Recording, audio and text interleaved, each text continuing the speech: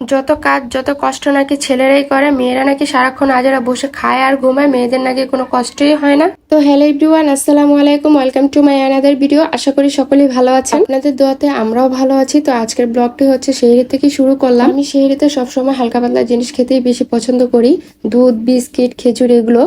সেহরিতে হালকা পাতলা কিছু খাওয়া এটা হচ্ছে আমার জামাইয়ের অভ্যাস। জামাইয়ের দেখা থেকে তো আমিও অভ্যাসে পরিণত হয়ে গিয়ে, তার আবার সেহরিতে ভাত খেতে ভালো লাগে না, তাই সবসময় হালকা পাতলা কিছুই খেয়ে নেয়। আগে মাঝে মাঝে সেহরিতে ভাত খেতাম, তাও আবার আব্বু আম্মু জোর করে খাওয়াতো। অনেকেই আছে কলা দিয়ে দুধ ভাত খায়, কিন্তু আমার একটুও ভালো লাগে না এইসব খাবার। কলা দিয়ে দুধ ভাত এটা আবার আমার আব্বুর কাছে ভালো লাগে। যাই হোক, এদিকে ইফতারের সময় হয়ে আসছিল, তাই সবকিছু গুছিয়ে নিচ্ছিলাম। আর পুদিনা পাতা সংরক্ষণ করার সহজ একটা উপায় হচ্ছে, তো সবার বাসায় কিন্তু পুদিনা পাতা প্রয়োজন হয় মুড়ি ভর্তা বা শরবতে দিতে। ইফতারের আগে কিন্তু হাতে এরকম সময় থাকে না, পুদিনা পাতা বাঁচতেও খুব সময় লাগে। তো একদিন এইভাবে অনেকগুলো পুদিনা পাতা এনে মাটি থেকে পাতাগুলো ছাড়িয়ে এরকম বক্সে রেখে দেবেন প্লাস্টিকের, তো অনেকদিন যাবতই ভালো থাকে এগুলো। আমি তো এইভাবে করে পুদিনা পাতাগুলো সংরক্ষণ করি, প্রায় 4-5 দিন চলে যায় অনায়াসে, কিচ্ছুই হয় না। এক হিসেবে আমার সময়টাও বেঁচে যায়, কারণ ইফতারের সময় আমার মুড়ি ভর্তাতে পুদিনা পাতা লাগে, তখন আমি একটু বাটির থেকে নিয়ে ধুয়ে কেটে দিই, তাহলে হয়ে যায়। আর এই তো ইফতারের সময় হয়ে গিয়েছিল, তাই সবকিছু গুছিয়ে নিয়ে বসে গেলাম, আজারের জন্য অপেক্ষা করছিলাম। আর শুক্রবারের দিনটা আমার কাছে অনেক বেশি ভালো লাগে, কারণ শুক্রবারের দিনে সবাই ঘরে থাকে আর সবাই একসাথে বসে ইফতারি করা যায়, সময় কাটানো যায়, ভালোই লাগে। বন্ধের দিন যখন সে বাসায় থাকে আর কি, চেষ্টা করে আমার ফেভারিট খাবারগুলোই নিয়ে আসার। তো এখানে যে পেস্তার শরবতটা নিয়ে আসছিল, আমার কাছে তো অনেক বেশি ভালো লাগে পেস্তার শরবত। কার কার বেশি পছন্দ পেস্তার শরবত? আর এদিকে আমার জামাই বলতে থাকে সারাদিন যে মেয়েরা নাকি আজেরা বসে খায় আর ঘুমায়, তাদের নাকি কোনো কাজই থাকে না, যত কাজ নাকি ছেলেরাই করে, যত কষ্ট নাকি ছেলেদেরই হয়। মেয়েরা নাকি কোনো কষ্টই করে না, মেয়েদের নাকি কাজই নেই, সারাদিন নাকি মেয়েরা আরামেই থাকে।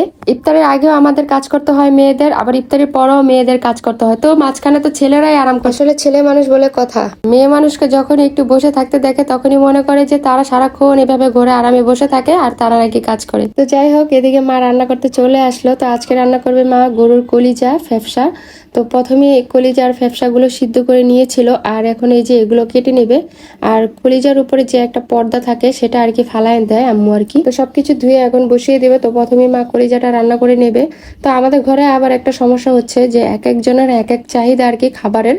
তো কেউ হয়তো কলিজা আলাদা খাবে, কেউ হয়তো ফ্যাপসা আলাদা খাবে, কেউ হয়তো কলিজার সাথে আলু দিয়ে খাবে, এরকম আর কি। মাঝে মাঝে মা আবার আমাদের উপরে চেতেও যায়, যে বলে যে একই খাবার দুই ভাবে করে রান্না করতে হয় তোদের জন্য, তোরা শুধু ঝামেলা বাড়াস। কাদের বাসায় এরকম হয় অবশ্যই কমেন্ট করে জানাবেন। তো এদিকে মা পেঁয়াজ আর টমেটো ব্লেন্ডার করে নিয়েছিল, মাংস তরকারিতে টমেটো দিয়ে দিলে কিন্তু খেতে আরো বেশি ভালো হয়। কলিজা ভুনার জন্য মা দিয়ে দিল আদা আর রসুন বাটা, হলুদ আর মরিচের গুঁড়ো, এগুলো দিয়ে একটু ভালো করে নেড়ে চেড়ে টমেটোর কেচাপটা দিয়ে দিল। তারপর দিয়ে দিল ধনিয়ার গুঁড়া, জিরার গুঁড়া, গরম মশলার গুঁড়া আর পরিমাণ মতো লবণ, এগুলো দিয়ে ভালো করে একটু কষিয়ে নেবে। মশলা থেকে তেলটা একটু উপরে আসার পরে দিয়ে দিল কলিজাগুলো। তো এগুলো একটু ভালো করে নেড়ে চেড়ে দিয়ে দিবে আলু।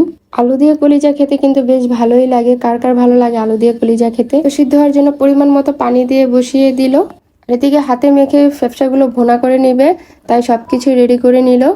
প্রথমে ফ্যাপসাগুলো নিয়ে নিল, তারপর দিয়ে দিল পরিমাণ মতো আদা আর রসুন বাটা, তারপর দিয়ে দিল মরিচের গুঁড়া, তারপর দিয়ে দিল হলুদের গুঁড়ো, তারপর দিয়ে দিল ধনিয়ার গুঁড়া, গরম মশলার গুঁড়া, জিরা গুঁড়া, পরিমাণ মতো লবণ, আর আগে থেকে ব্লেন্ডার করে রাখা পেঁয়াজ আর টমেটোর কেচাপটা দিয়ে দিল।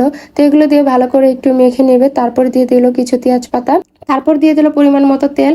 তো এগুলো সবকিছু মশলাগুলো ভালো করে হাত দিয়ে মেখে পরিমাণ মতো পানি দিয়ে বসিয়ে দিব। সব মশলা দিয়ে হাতে মেখে তরকারি রান্না করলে কিন্তু খেতে অনেক বেশি ভালো লাগে। এদিকে কলিজার তরকারিটাও হয়ে আসছে, তারপর ফ্যাপসাটাও হয়ে গেল।